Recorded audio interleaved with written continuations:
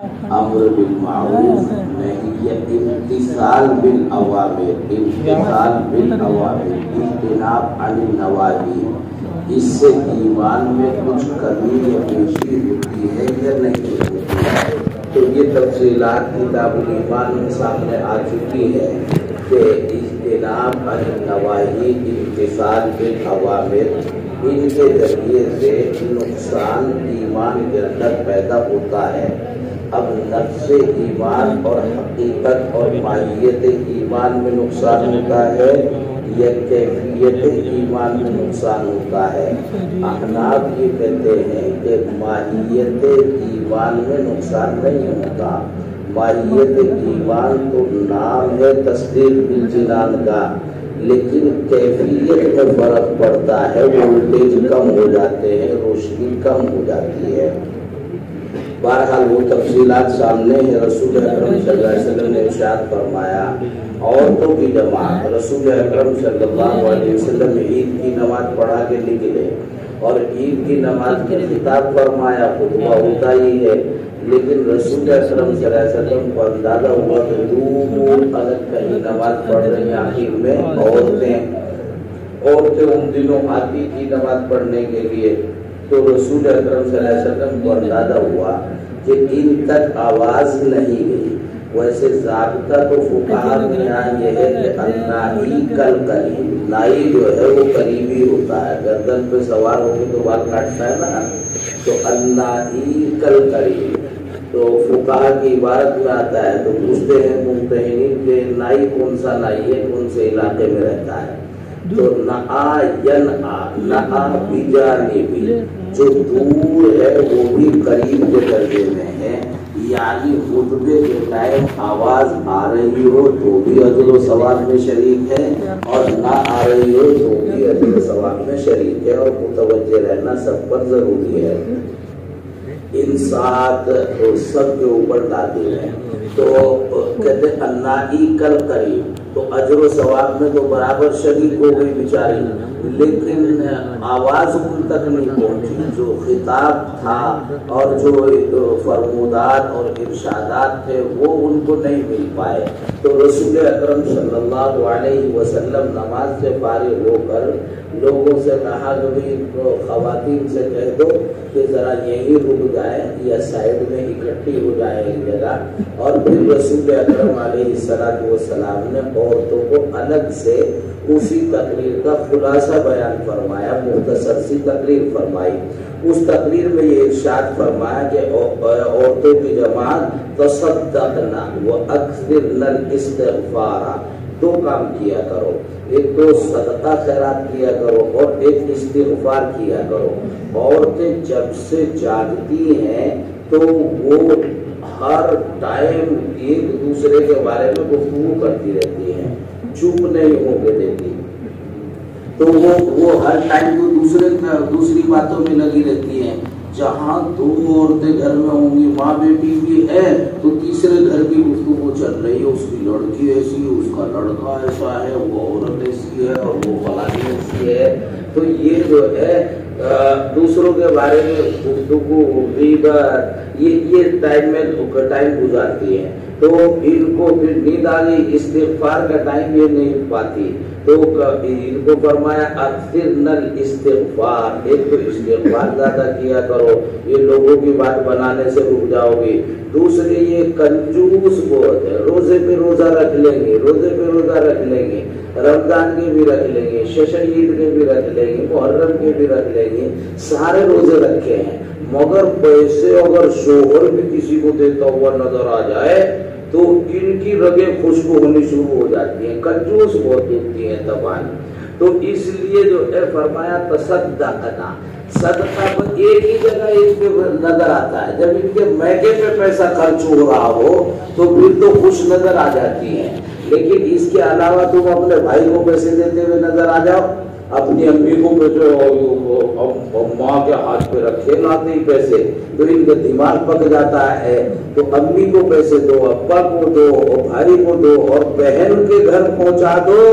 تو ان کو اٹیک ہونے کے قریب ہو جاتا ہے کہ بہن کو پیسے پہنچائے ہیں، بہن کو اتنا دیتے ہیں پیسہ میں، یہ سمجھتی ہے میرا حق کٹ رہا ہے جہاں بھی جا رہا ہے، یہ والدین کے، بھائی بہنوں کے اور شوہر کے رشتہ داروں کے حقوق یہ سمجھتی ہے کہ یہ حقوق تو وابستہ ہے نہیں، بلا وجہ میرا حق کاٹ کاٹ کے ان کو دیا جا رہا ہے، اور اس کو ملے اور اس کی بہنوں کو ملے اور اس کی ماں کو ملے پیسہ تو پھر یہ بہت خوش ہوتی ہے۔ تو اس کی کنجوسی توڑنے کے لیے ارشاد فرمایا کہ تصدقنا، آج سے روزانہ فقیر کو 10-20 روپے جائیں گے تو کنجوسی ٹوٹے گی، کنجوسی ٹوٹے گی۔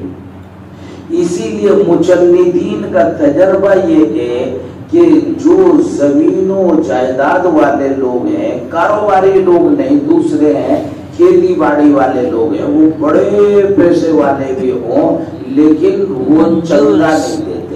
دیتے ہیں تو بہت کم دیتے ہیں بنسبت ان کے جو تجار ہیں، تاجر لوگ ایک چھوٹی سی دکان کیے بیٹھے، 5 لاکھ روپے کا مقروض ہے، پھر بھی آپ آئے چندہ لینے، لو 500 روپے مسجد کے لیے، 500 روپے مدرسے کے لیے، 500 کسی مریض کے علاج کے لیے، تو وہ دیتے رہتے ہیں پیسے، حالانکہ مقروض بیٹھے ہیں۔ اور اس کا 10 لاکھ روپے کا گنا بکا ہے، 10 لاکھ روپے کا گیہوں بکا ہے، مگر آتے ہی اکاؤنٹ میں اور اکاؤنٹ سے ٹرانسفر ہو جاتا ہے، زمین خرید لے گا، باغ خرید لے گا، لیکن پیسے ہاتھ سے کسی غریب کے لیے چھوٹنے مشکل ہو جاتے ہیں۔ تو عادت نہیں رہتی ہاتھ کو، تاجر کو عادت رہتی ہے ہاتھ کو کہ وہ تاجر کیا کرتا ہے، ادھر سے پیسے لیتا ہے تو اسے لاکھوں سے اکٹھے کرتا ہے اور جو سامان لاتا ہے اس کو دیتا رہتا ہے۔ تو آپ کا اکاؤنٹ سے دیے اور دوسرے کے اکاؤنٹ میں دیا، ہر ٹائم سارا دن اس سے لینا اس کو دینا، اس سے لینا اس کو دینا، تو یہ اس کے ہاتھ کو عادت ہو جاتی ہے، پیسہ اس کے ہاتھ سے چھوٹتا ہے۔ من جملہ وجوہات کی ایک وجہ یہ بھی ہے کہ جناب تاجروں کی تجارت میں دوسری صنعتوں اور حرفتوں کی بنسبت 10 گنا زیادہ برکت نازل ہوتی ہے۔ کیوں؟ اس کا ہاتھ عادی ہوتا ہے سخاوت کا، اور دوسرے کاموں میں تنخواہ ملے گی مہینے میں جا کے، پہلے سے جو ہے دودھ والے کے اور آٹے والے کے اور فلاں والے کے اور فلاں والے کے تھوڑے بہت پیسے بچے، اب کنجوسی نظر آ رہی ہے۔ تو ایسے کھیتی والا، ایسے تنخواہ والا، تو یہ ان کے ہاتھ کو عادت بھی دیتے ہیں، لیکن نسبتاً تاجروں کے مقابلے ان کے ہاتھوں کو عادت لین دین کی کم ہوتی ہے۔ تو تاکہ عادت پیدا ہو عورتوں میں، تو ارشاد فرمایا تصدقنا، ایک تو صدقہ کرو، دوسرے استغفار کرو۔ 2 کام بتائے، اپنے گھروں میں عورتوں کو، امی کو، بہن کو، بیوی کو، بچیوں کو یہ 2 کام کرنے سکھاؤ۔ اللہ کے رسول صلی اللہ علیہ وسلم نے سکھائے، جن کے پاس موبائل ہے سب فون کر کر کے بتائیں کہ تصدقنا واکثرنا الاستغفار، امی یہ کیا کرو، تو یہ جنت کا ذریعہ بن جاتا ہے۔ وَإِنِّي رَأَيْتُكُنَّ أَكْثَرَ أَهْلِ النَّارِ، اس لیے کہ میں نے تمہیں جہنم میں کثرت کے ساتھ دیکھا ہے۔ فَقَالَتِ امْرَأَةٌ مِّنْهُنَّ جَزْلَةٌ،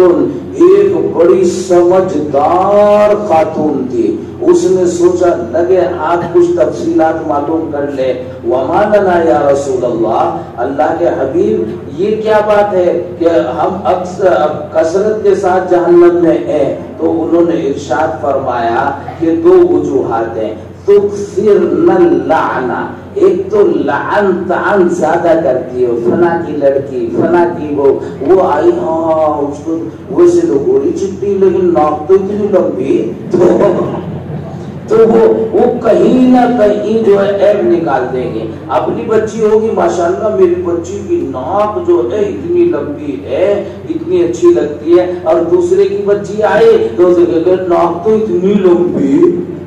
اپنی بچی کی ماشاءاللہ ناک اتنی لمبی ہے اور دوسرے کی بچی ناک تو اتنی لمبی، تو اسی کو عیب کا باعث بنا دے دوسری میں۔ تکثرن اللعنہ، نمبر 1۔ دوسرے تکفرن العشیر، شوہر جو ہے اس کے ساتھ کفران نعمت، جب تک تقابل نہیں ہے نا کوئی، جب تک ہری ہری چگ رہی ہے تو ٹھیک ہے، ہمارے یہاں دیہات میں کہتے ہیں کہ ہری ہری چگ رہا ہے ابھی تو، اب جب تک ان کو جانوروں کو جو پالتے ہیں تو ان کو ہری گھاس ملتی رہتی ہے سردیوں میں گرمیوں میں تو بڑے خوش رہتے ہیں مالکوں سے، اور جب برسات کا موسم آتا ہے اور گھاس نہیں ملتی پانی بھر جاتا ہے تو پھر انہیں گھوس کھلاتے ہیں، جب گھوس کھلاتے ہیں سوکھی سوکھی تو اس ٹائم دیکھتے ہیں یہ یوں کر کے صبح کی طرف بلکہ سینگ مارنے آتے ہیں، پھر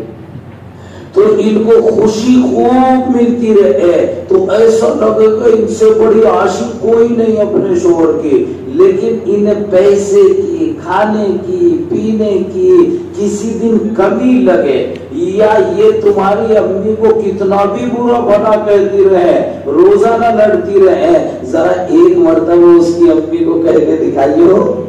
پھر دیکھنا کہ برداشت کرتی ہے یا نہیں کرتی۔ تو تکفرن العشیر، تکفرن العشیر، تمہاری امی کے بارے میں جب بھی کہیں تذکرہ کریں گے بڑھیا اتنی خراب ہے تو تمہارے سامنے کہتے چاہے امی مجبوراً، لیکن جہاں مخلہ بالطبع ہوگی وہاں کہتے کہ بڑھیا اتنی خراب ہے، بڈھا اتنا خراب ہے، تو بڑھیا اور بڈھا کہے گی اور تم اس کے امی پاپا کو بڑھیا بڈھا کہہ کے دکھا دو ایک دن، اگر اسے پتہ چل گیا تو گھر کا جہنم کا دانا بنا دے وہ۔ تو تکفرن العشیر، تقابل جب پڑے گا جب دیکھنا کہ یہ کفران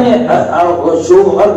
کی نعمتوں کا کفران کرتی ہیں، تو یہ دو خامیاں ہیں، ان دو خامیوں کو اگر پورا کیا جا سکتا ہے تو تصدقنا واکثرنا الاستغفار۔ ما رأیت من ناقصات عقل و دین، نقصان عقل بھی ہے نقصان دین بھی ہے، کیوں؟ یہ من ذی لب من کنہ، کسی بھی عقل مند یعنی انسانوں میں سب سے زیادہ کمی تمہارے اندر پائی جاتی ہے۔ کیا ہے کمی؟ ما نقصان العقل والدین، نقصان العقل تو یہ ہے ان تضل احداہما فتذکر احداہما الاخری، تو دو مردوں کی شہادت، ایک مرد کی شہادت اور دو عورتوں کی شہادت، بھلن ہے عورتیں بھلن، سمجھے؟ مرد ایک بھی ہوگا تو اور عورتیں اس کی جگہ دو ہونی چاہیے، انت دلہ احداہما، یہ بھول جائیں گی تو ایک دوسری کو یاد تو دلا دے گی، تو مردوں کے مقابلے ہاف عقل ہو گئی۔ شہادت امراتین تعدل شہادت تساوی شہادت رجل فہذا نقصان العقل، یہ عقل کی کمی ہے۔ وتمکث اللیالی، اور رات بول کر دن مراد لیتے ہیں عربوں میں، اور ہمارے یہاں دن بول کر اتنے دن میں وہاں رہا، اتنے دن میں وہاں گیا، تو اتنے دن وہاں کہتے ہیں اتنی رات۔ تمکث اللیالی، کچھ راتوں میں یہ رکی رہتی ہے، ما تصلی و تفطر نہ فی رمضان، نہ نماز پڑھتی اور رمضان میں روزہ نہیں رکھتی، وہ حیض کے دن آتے ہیں نا، تو فہذا نقصان الدین، مردوں کو حیض آتا نہیں اور عورتوں کو حیض آتا ہے تو ان کی نہ نمازیں چھوٹتی اور نہ رمضان کی فضیلتیں چھوٹتی، اس وجہ سے ان کو فضیلت میسر آ جاتی ہے۔ تم ان فضیلتوں کو کیسے حاصل کر سکتی ہو؟ مردوں کے برابر کیسے جا سکتی ہو؟ جا سکتی ہو تصدقنا واکثرنا الاستغفار۔ جی